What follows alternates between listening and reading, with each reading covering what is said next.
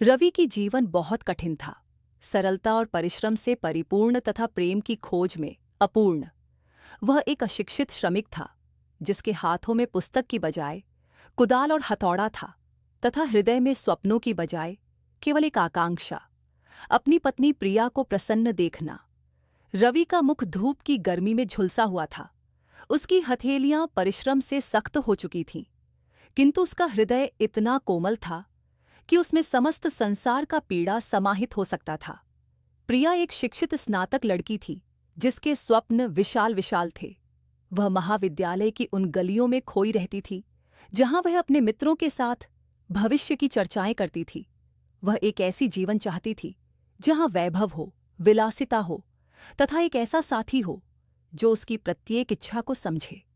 किंतु भाग्य ने उसके स्वप्नों को एक अशिक्षित श्रमिक के साथ जोड़ दिया।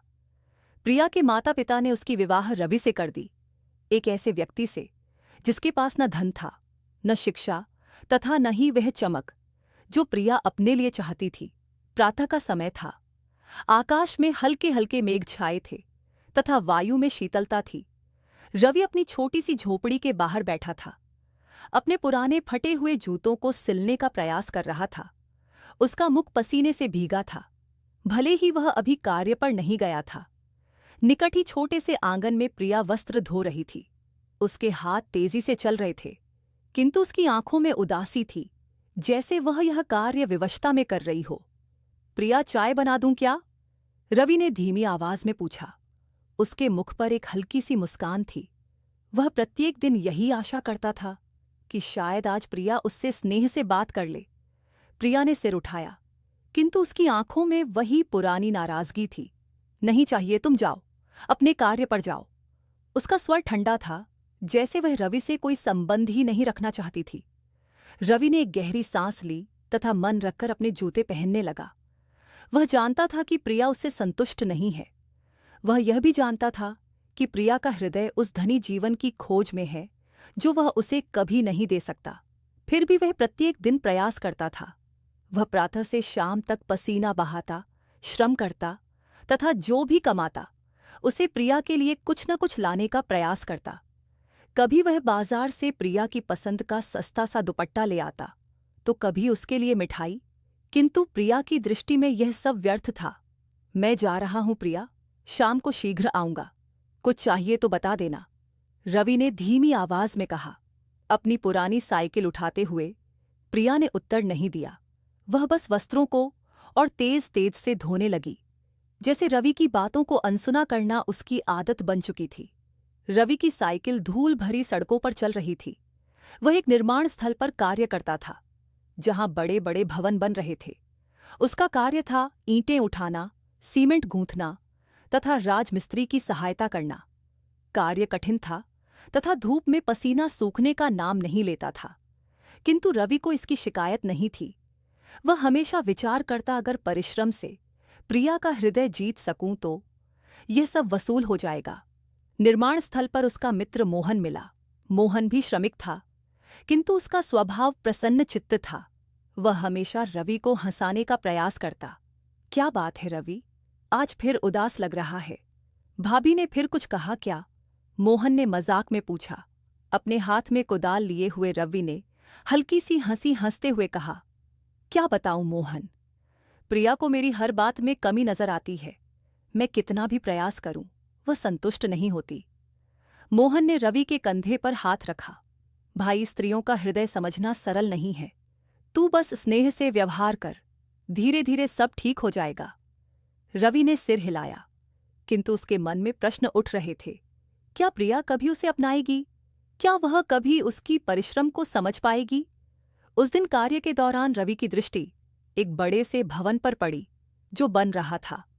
वह विचार करने लगा कि काश मैं प्रिया को ऐसा घर दे पाता, शायद तब वह मुझसे संतुष्ट होती।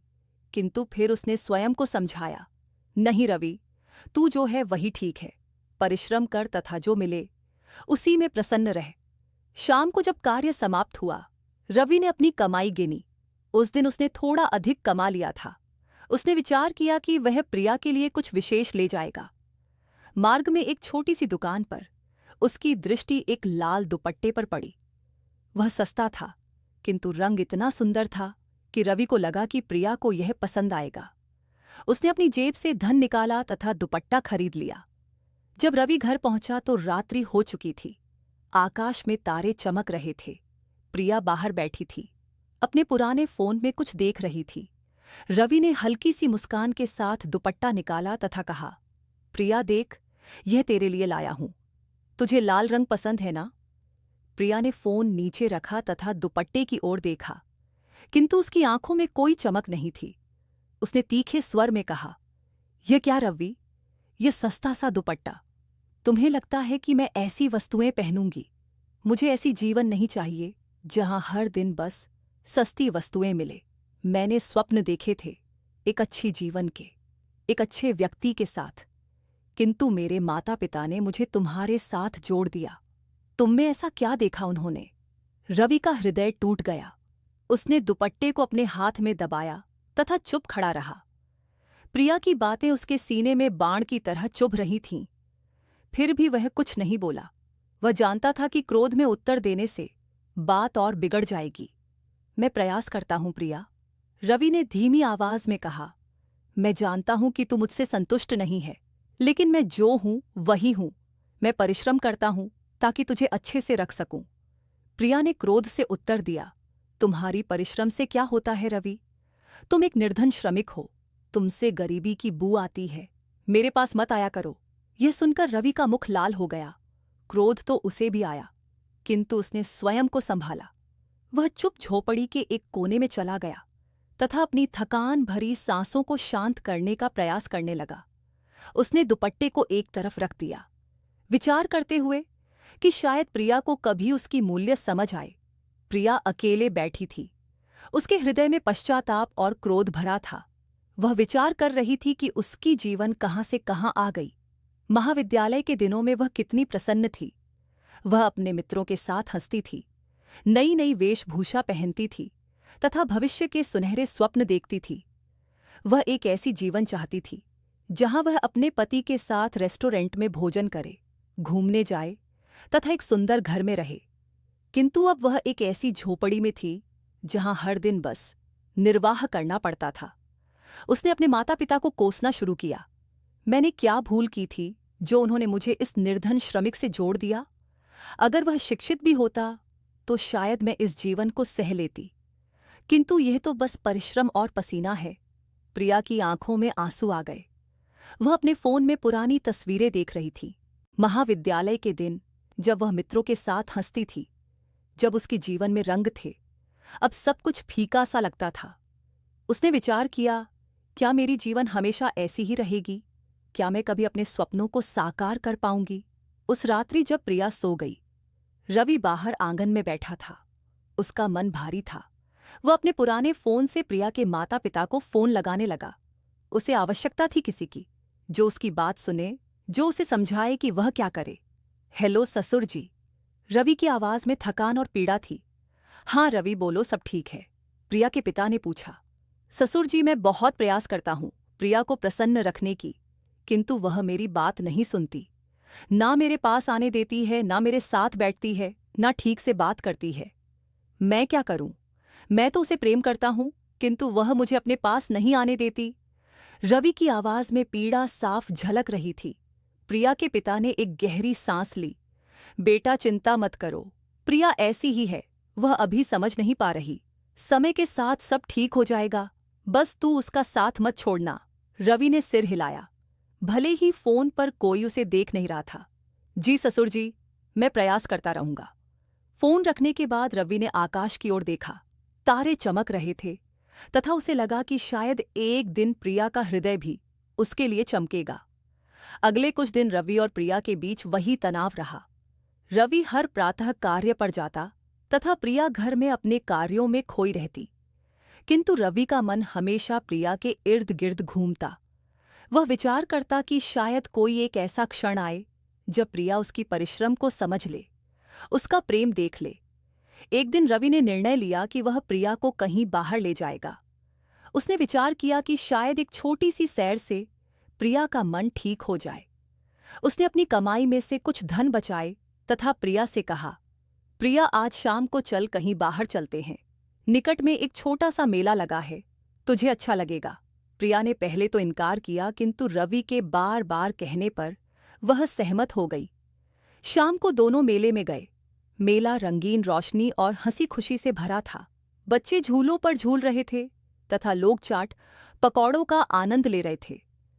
रवि ने प्रिया के लिए एक चाट का ठेला चुना तथा उसके लिए एक प्लेट मंगवाई।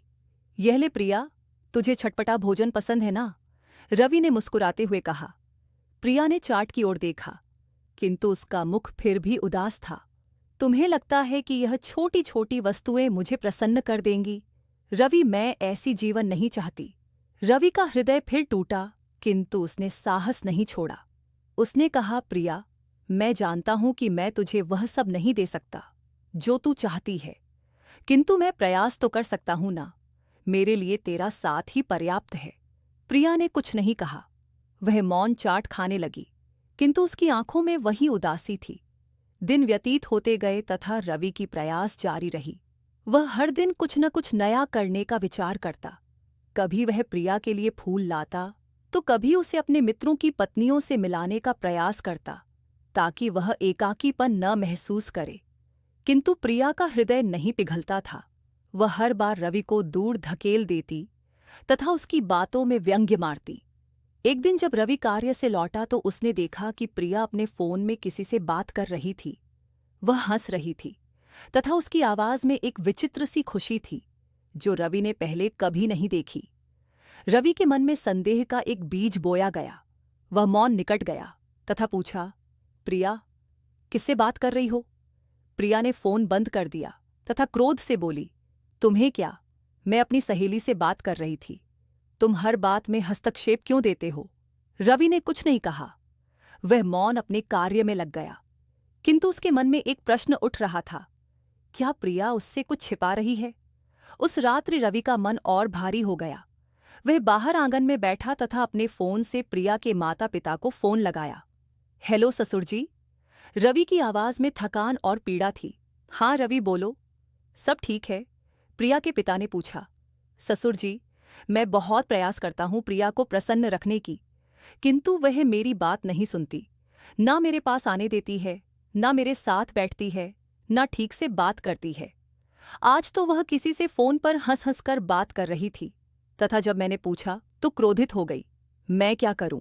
मैं तो उसे प्रेम करता हूं, किंतु वह मुझे अपने पास नहीं आने देती। प्रिया के पिता ने एक गहरी सांस ली। बेटा, चिंता मत करो। प्रिया ऐसी ही है, वह अभी समझ नहीं पा रही। समय के साथ सब ठीक हो जाएगा, बस तू उसका साथ मत छोड़ना। रवि ने सिर हिलाया। भले ही फोन पर कोई उसे देख नहीं रहा था। जी ससुर जी, मैं प्रयास करता रहूंगा। फोन रखने के बाद रवि ने आकाश की ओर देखा। तारे चमक रहे थे तथा उसे लगा कि शायद एक दिन प्रिया का हृदय भी उसके लिए चमकेगा। रवि सरल था। उसे यह अनुमान नहीं था कि उसकी आने वाली जीवन चंद क्षणों में परिवर्तित होने वाली है तथा शायद ऊपर वाले को यही स्वीकार्य था। वह एक अशिक्षित श्रमिक था, जिसके हाथों में पुस्तक की बजाय कुदाल और हथौड़ा था तथा हृदय में स्वप्नों की बजाय केवल एक इच्छा, अपनी पत्नी प्रिया को प्रसन्न रखने की। किंतु उस प्रातः जब वह कार्य से थका हारा घर लौट रहा था, उसे नहीं पता था कि उसकी जीवन का सबसे बड़ा तूफान उसका प्रतीक्षा कर रहा है। रवि ने कभी नहीं विचार किया था कि प्रिया, जिसके लिए उसने अपने दिन रात एक कर दिए, उसे इस प्रकार छोड़ देगी। उसने अपने ख्वाबों में भी नहीं विचार किया था कि उसकी दुनिया इतनी शीघ्र उजड़ जाएगी। किंतु जीवन का खेल ऐसा ही होता है, वह आपको वहां ले जाता है जहां आप जाना नहीं चाहते। रवि डूब रहा था तथा आकाश में लाल नारंगी रंग बिखरे थे। रवि ने अपनी पुरानी साइकिल को झोपड़ी के बाहर खड़ा किया। उसका मुख धूल और पसीने से सना था तथा उसकी हथेलियों पर कुदाल की मूठ की छाप थी। वह थका हुआ था, किंतु उसके मन में एक छोटी सी आशा थी। उसने विचार किया था कि शायद आज प्रिया उससे थोड़ा कोमलता से बात कर ले। शायद आज वह उसका लाया हुआ कोई छोटा सा उपहार जैसे चूड़ियां या फूल स्वीकार कर ले। जैसे ही वह झोपड़ी के अंदर प्रवेश किया, उसने देखा कि प्रिया एक पुरानी लकड़ी की कुर्सी पर बैठी थी। उसका मुख आज कुछ अलग था। वह ना तो उदास थी ना क्रोध में। उसकी आंखों में एक ठंडी चमक थी, जैसे वह कोई बहुत बड़ा निर्णय ले चुकी हो। रवि ने उसकी ओर देखा तथा धीमी आवाज में बोला, प्रिया, मैं आ गया। आज कार्य अच्छा हुआ, कुछ खाएगी? मैं बाजार से कुछ ले आऊं? प्रिया ने उत्तर नहीं दिया। उसने कुर्सी से उठकर एक सफेद कागज उठाया तथा रवि की ओर बढ़ा दिया। कागज को देखकर रवि के मन में एक विचित्र सी व्याकुलता हुई। वह अशिक्षित था तथा उस कागज पर लिखे शब्द उसके लिए केवल काली स्याही की रेखाएं थे। उसने प्रिया की ओर देखा तथा पूछा, ये क्या है प्रिया? प्रिया ने एक ठंडी कटती हुई मुस्कान दी जो रवि के हृदय में चुभ गई।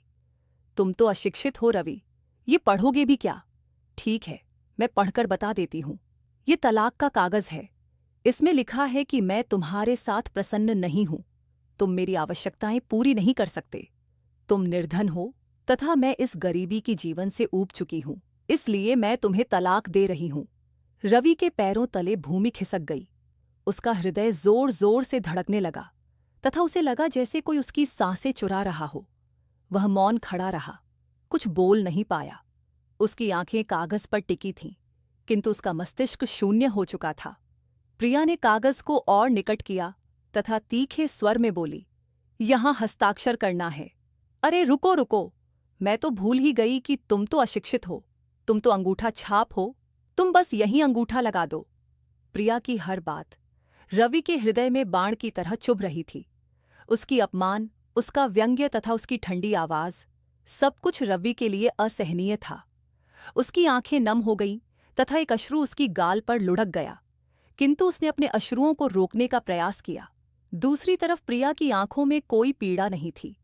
वह अकड़ के साथ खड़ी थी, जैसे उसे रवि की भावनाओं से कोई फर्क ही नहीं पड़ता। प्रिया, क्या मैंने तुझे कभी दुख दिया?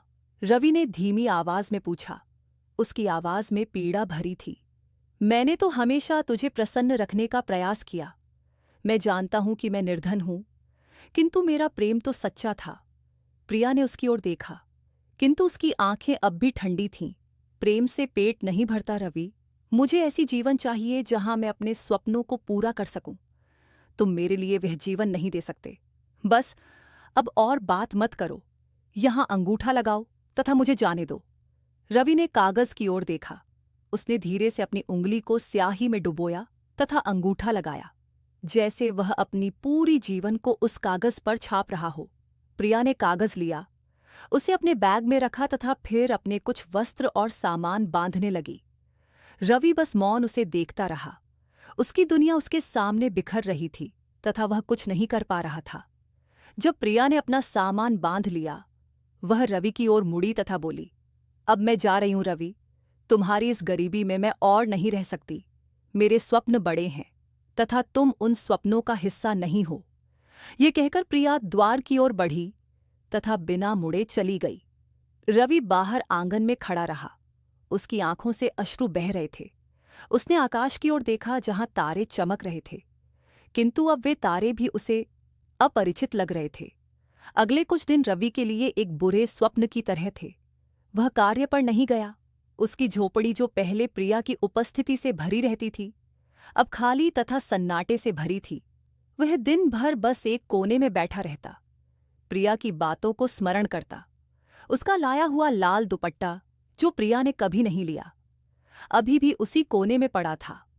रवि उसे देखता तथा विचार करता, क्या मेरी परिश्रम, मेरा प्रेम सब व्यर्थ था? उसके मित्र मोहन ने उसे कई बार फोन किया, किंतु रवि ने उत्तर नहीं दिया। वह अपनी पीड़ा में डूबा हुआ था। रवि की झोपड़ी में अब केवल सन्नाटा था। वह रात्रि को सो नहीं पाता था। प्रिया की बातें उसके कानों में गूंजती थीं। तुम निर्धन हो, तुम अशिक्षित हो, तुमसे गरीबी की बू आती है। ये शब्द उसके हृदय को बार बार चोट पहुंचाते। रवि को अपनी विवाह का दिन स्मरण आया, वह दिन जब प्रिया पहली बार उसकी झोपड़ी में आई थी। रवि ने अपनी सारी कमाई से प्रिया के लिए एक सस्ती सी साड़ी खरीदी थी। उसने विचार किया था कि प्रिया उसकी परिश्रम को देखकर प्रसन्न होगी, किंतु प्रिया ने उस साड़ी को एक नज़र देखा तथा कहा था, यह क्या रवि, ऐसी साड़ी मैं कैसे पहनूं? मुझे तो अच्छी वस्तुएं पसंद है। उस दिन रवि का हृदय पहली बार टूटा था, किंतु उसने साहस नहीं छोड़ा था। उसने विचार किया था कि धीरे धीरे प्रिया उसका प्रेम समझ लेगी। किंतु अब सब समाप्त हो चुका था। रवि ने अपने अतीत को स्मरण किया। जब प्रिया की विवाह उससे हुई थी तो रवि को लगा था कि वह संसार का सबसे भाग्यशाली व्यक्ति है। प्रिया शिक्षित थी, सुंदर थी तथा रवि को लगता था कि वह उसका ख्याल रखेगा, उसे हर सुख देगा। किंतु धीरे धीरे उसे एहसास हुआ कि प्रिया का हृदय उसकी सरलता में नहीं बल्कि वैभव वाली जीवन में बसता है। फिर भी रवि ने हार नहीं मानी थी। वह हर दिन परिश्रम करता, प्रिया के लिए छोटी छोटी वस्तुएं लाता तथा आशा करता कि एक दिन प्रिया उसका प्रेम समझ लेगी। एक रात्रि जब वह अपनी झोपड़ी में अकेला बैठा था, उसने प्रिया की एक पुरानी चूड़ी देखी जो शायद वह भूल गई थी।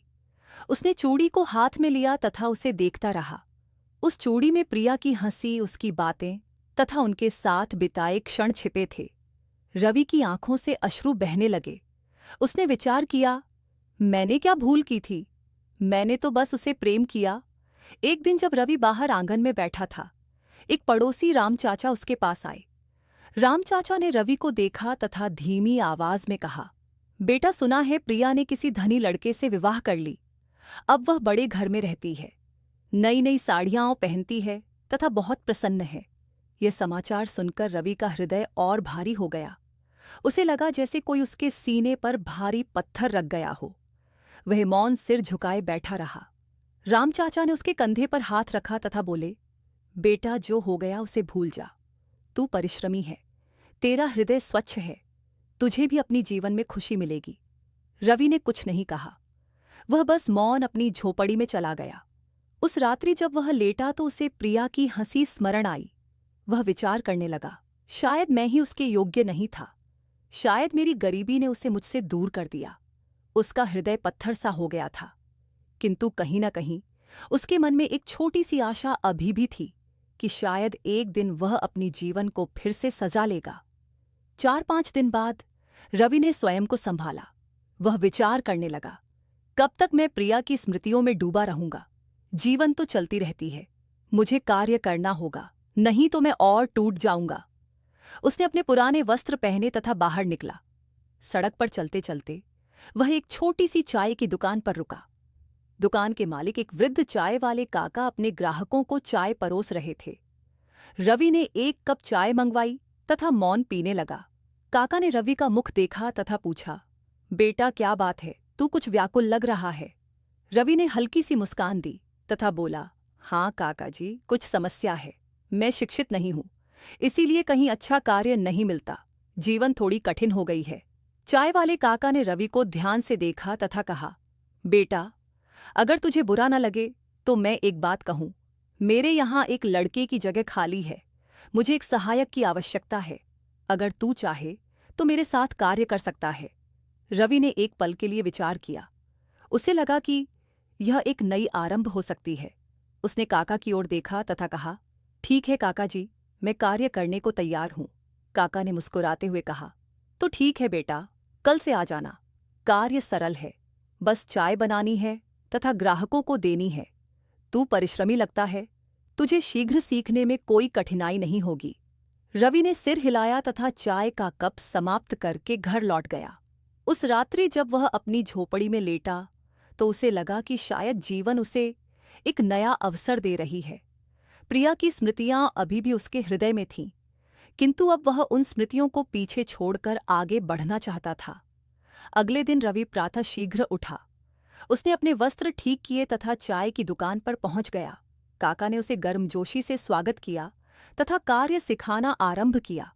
रवि को चाय बनाना, गिलास धोना तथा ग्राहकों को परोसना सिखाया गया।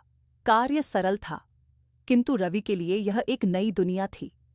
वह परिश्रम से कार्य करता तथा काका के साथ हंसी मजाक भी करता। दुकान पर आने वाले ग्राहक रवि की सरलता, व्यवहार तथा परिश्रम को देखकर उसकी प्रशंसा करते।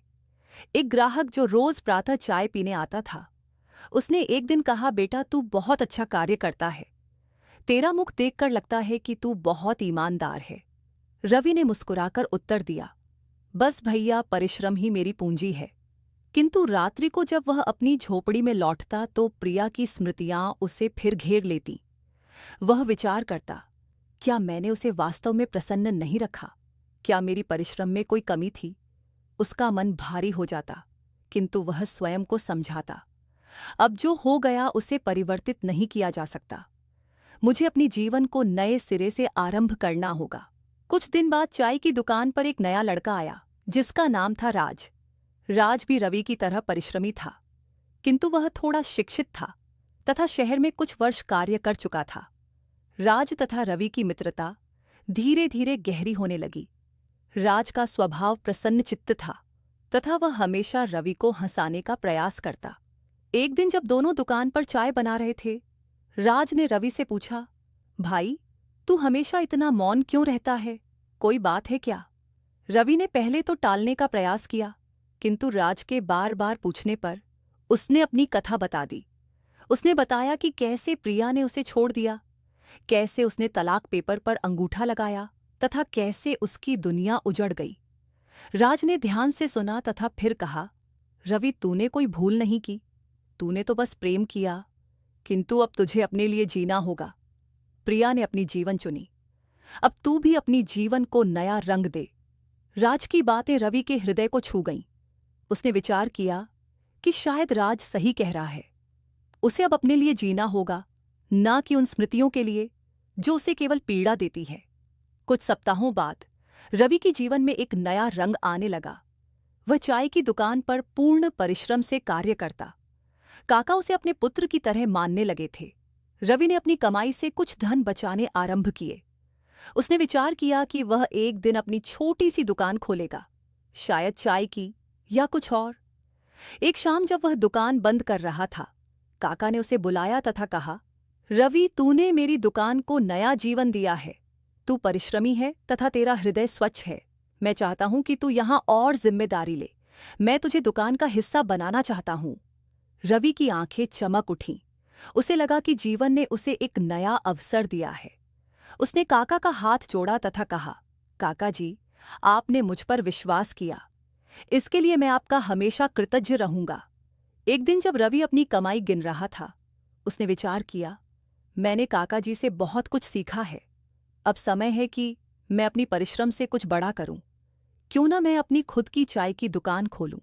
उसने अपनी बचत के धन निकाले तथा निकट के एक छोटे से बाजार में एक छोटी सी जगह किराए पर ली। उसने अपनी नई दुकान का नाम रखा। रवि की चाय आरंभ सरल नहीं था। रवि दिन रात परिश्रम करता। वह प्रातः शीघ्र उठकर चाय के लिए सामग्री लाता, दुकान साफ करता तथा फिर ग्राहकों का प्रतीक्षा करता। पहले कुछ दिन तो ग्राहक कम आए तथा रवि को भय लगा कि कहीं उसका यह स्वप्न भी टूट न जाए, किंतु उसने साहस नहीं छोड़ा। वह हर ग्राहक से स्नेह से बात करता, उनकी पसंद पूछता तथा उनकी छोटी छोटी बातों का ध्यान रखता। धीरे धीरे उसकी दुकान प्रसिद्ध होने लगी। लोग कहते, रवि की चाय में कुछ विशेष है। ये केवल चाय नहीं बल्कि प्रेम का स्वाद है। रवि की ईमानदारी तथा परिश्रम ने लोगों का विश्वास जीत लिया। प्रातः प्रातः उसकी दुकान पर लोगों की भीड़ जुटने लगी। रवि ने अपनी दुकान में कुछ नया करने का विचार किया। उसने चाय के साथ बिस्कुट, समोसे तथा बन पाव भी बेचना आरंभ किया। उसने अपने मित्र राज से सलाह ली, जो शिक्षित था तथा व्यापार के बारे में थोड़ा बहुत जानता था। राज ने कहा, रवि, अपनी दुकान को थोड़ा और आकर्षक कर, कुछ रंगीन कुर्सियां तथा मेजें लगा तथा दीवारों पर कुछ अच्छे नारे लिखवा। रवि ने राज की सलाह मानी। उसने अपनी दुकान को सजाया, दीवारों पर लिखवाया, चाय का स्वाद, प्रेम का आधार। उसकी परिश्रम रंग लाई तथा उसकी कमाई बढ़ने लगी। शीघ्र ही रवि की दुकान उस क्षेत्र की सबसे प्रसिद्ध चाय की दुकान बन गई। लोग दूर दूर से उसकी चाय पीने आने लगे। कुछ महीनों बाद रवि ने अपनी कमाई से एक और चाय की दुकान खोली। इस बार उसने राज को अपने साथ जोड़ा। राज ने हिसाब किताब संभाला तथा रवि ने चाय का स्वाद तथा ग्राहकों की सेवा पर ध्यान दिया। दूसरी दुकान भी चल निकली। रवि तथा राज दिन रात परिश्रम करते। उनकी परिश्रम तथा ईमानदारी ने लोगों का विश्वास जीत लिया। रवि ने देखा कि लोग न केवल चाय पीने आते थे, बल्कि उनकी दुकान पर बैठकर बातें करना भी पसंद करते थे। उसने अपनी दुकानों में छोटी छोटी वस्तुएं जोड़ी, जैसे रेडियो पर पुराने गीत तथा कुछ सस्ते किंतु स्वादिष्ट नाश्ते। उसकी दुकानें अब केवल चाय की दुकानें नहीं थीं, बल्कि एक ऐसी जगह बन गई थी जहां लोग अपने मित्रों तथा परिवार के साथ समय बिताने आते थे। शीघ्र ही रवि ने तीसरी दुकान खोली, फिर चौथी। हर दुकान पर रवि का नाम तथा उसका स्वाद लोगों की जुबान पर चढ़ गया। रवि अब केवल एक चाय वाला नहीं था, वह एक छोटा सा व्यापारी बन चुका था, किंतु उसका हृदय वहीं पुराना था, स्वच्छ, परिश्रमी तथा प्रेम से भरा। वह अपने कर्मचारियों का ख्याल रखता, उन्हें समय पर वेतन देता तथा कभी-कभी उनके साथ बैठकर चाय पीता। उसके कर्मचारी उसे केवल मालिक नहीं, बल्कि बड़ा भाई मानते थे। एक दिन जब रवि अपनी चौथी दुकान पर कार्य कर रहा था, एक पुराना ग्राहक जो पहले काका की दुकान पर आता था, रवि से मिलने आया। उसने कहा, रवि, तूने तो चमत्कार कर दिया। पहले तू काका की दुकान पर चाय बनाता था तथा अब तेरा नाम पूरे शहर में है। तुझे देखकर गर्व होता है। रवि ने शर्माते हुए कहा, बस भैया, यह सब परिश्रम तथा भगवान की कृपा से हुआ। मैंने तो केवल अपने कार्य को ईमानदारी से किया। कई वर्ष व्यतीत हो गए। रवि की चाय की दुकानें अब शहर में प्रसिद्ध थीं। उसकी कमाई इतनी हो गई थी कि वह अब और बड़ा विचार करने लगा। उसने विचार किया, मैंने चाय से आरंभ किया, किंतु अब मैं कुछ और बड़ा करूंगा। मैं एक ऐसा होटल खोलूंगा जहां लोग केवल भोजन नहीं, बल्कि प्रेम तथा शांति भी पाएं। रवि ने अपनी बचत तथा बैंक से आड़ लेकर एक छोटा सा होटल खोला। उसने इसका नाम रखा रवि का रसोई घर। होटल में घर जैसा भोजन परोसा जाता था। दाल, रोटी, सब्जी, चावल तथा कुछ विशेष व्यंजन जैसे पनीर की सब्जी तथा गुलाब जामुन। रवि ने अपने होटल में वही सरलता तथा स्वाद रखा जो उसकी चाय की दुकानों में था। आरंभ में होटल को चलाना कठिन था। बड़े बड़े रेस्टोरेंट तथा होटलों के बीच रवि का छोटा सा होटल खड़ा था, किंतु रवि ने हार नहीं मानी। वह हर दिन अपने ग्राहकों से बात करता, उनकी राय लेता तथा भोजन की गुणवत्ता को बेहतर करता। उसने अपने कर्मचारियों को सिखाया कि हर ग्राहक को ऐसा भोजन परोसो जैसे वह तुम्हारा अतिथि हो। उसकी परिश्रम तथा भगवान की कृपा से होटल चल निकला। लोग दूर दूर से रवि के होटल में भोजन करने आने लगे। एक दिन एक ग्राहक ने रवि से कहा, रवि भाई, तुम्हारा भोजन तो ऐसा है जैसे मेरी माँ बनाती थी। यहाँ आकर हृदय को शांति मिलती है। रवि ने मुस्कुराकर उत्तर दिया, बस भैया, हम प्रयास करते हैं कि हर ग्राहक को घर जैसा प्रेम मिले। रवि का होटल शीघ्र ही शहर में प्रसिद्ध हो गया। लोग विवाह के छोटे मोटे आयोजनों के लिए भी रवि के होटल को चुनने लगे। रवि की कमाई बढ़ने लगी तथा उसका आत्मविश्वास भी। होटल की सफलता ने रवि के हौसले को और बढ़ाया। उसने विचार किया, मैं बस यहीं नहीं रुकूंगा, मैं कुछ और बड़ा करूंगा।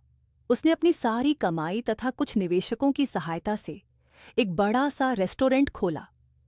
ये रेस्टोरेंट शहर का सबसे शानदार तथा 5 सितारा होटल था। इसका नाम था रवि पैलेस।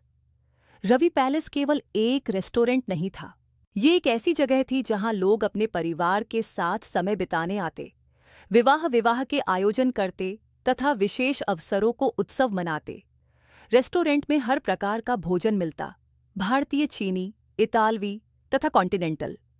रवि ने अपने रेस्टोरेंट में वही सरलता तथा प्रेम रखा जो उसकी चाय की दुकानों तथा होटल में था। रवि पैलेस शीघ्र ही शहर का सबसे प्रसिद्ध रेस्टोरेंट बन गया। लोग कहते, रवि पैलेस में भोजन करने का आनंद ही कुछ और है। यहाँ का भोजन हृदय को छू जाता है। रवि अब एक निर्धन श्रमिक से धनी व्यापारी बन चुका था। उसका नाम समाचार पत्रों में छपने लगा तथा लोग उसे एक प्रेरणा के रूप में देखने लगे। किंतु रवि का हृदय वहीं पुराना था। वह अब भी अपनी झोपड़ी में रहता था। भले ही उसके पास अब बड़ा घर खरीदने की क्षमता थी, वह अपनी सफलता को भगवान की कृपा तथा अपनी परिश्रम का फल मानता था। रात्रि को जब वह अपनी झोपड़ी में लेटता तो उसे प्रिया की स्मृतियां कभी-कभी आती। वह विचार करता, क्या प्रिया आज मेरी सफलता देखकर प्रसन्न होती? क्या वह कभी मेरी परिश्रम को समझ पाएगी? एक दिन जब रवि अपने रेस्टोरेंट में था, उसे समाचार मिला कि प्रिया अपने नए पति के साथ शहर में आई है। लोग कह रहे थे कि प्रिया अब एक बड़े घर में रहती है, किंतु उसके जीवन में वह खुशी नहीं है जो वह चाहती थी। रवि ने यह समाचार सुना, किंतु उसने अपने हृदय को समझाया, जो हो गया उसे भूल जा रवि, अब तुझे अपनी जीवन को और बेहतर करना है। रवि पैलेस में कार्य करने वाला एक युवा लड़का संजय रवि को बहुत मानता था। संजय भी एक निर्धन परिवार से था तथा शिक्षा में ज्यादा अच्छा नहीं था।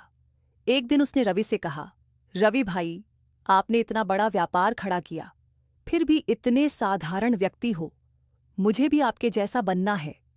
रवि ने मुस्कुराकर कहा, संजय, परिश्रम तथा ईमानदारी से कोई भी अपने स्वप्नों को साकार कर सकता है, बस हार मत मानना।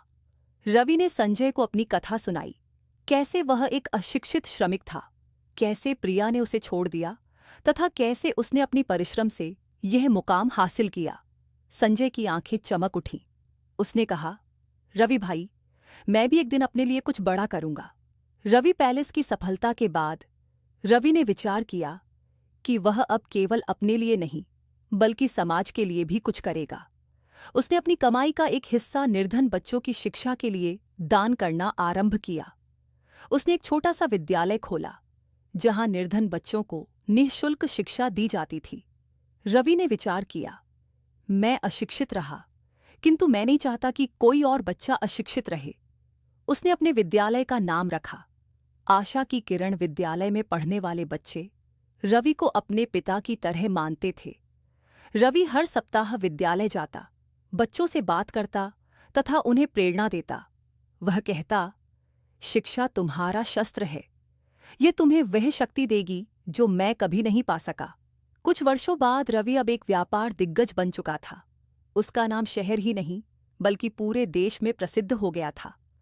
रवि पैलेस अब एक श्रृंखला बन चुकी थी जिसके कई शहरों में रेस्टोरेंट थे। रवि ने अपने व्यापार को और बढ़ाया तथा उसने कुछ और होटल तथा रेस्टोरेंट खोले। एक रात्रि जब रवि अपनी झोपड़ी में लेटा तो उसने आकाश की ओर देखा। तारे अभी भी चमक रहे थे तथा अब उसे लग रहा था कि यह तारे उसके लिए चमक रहे हैं।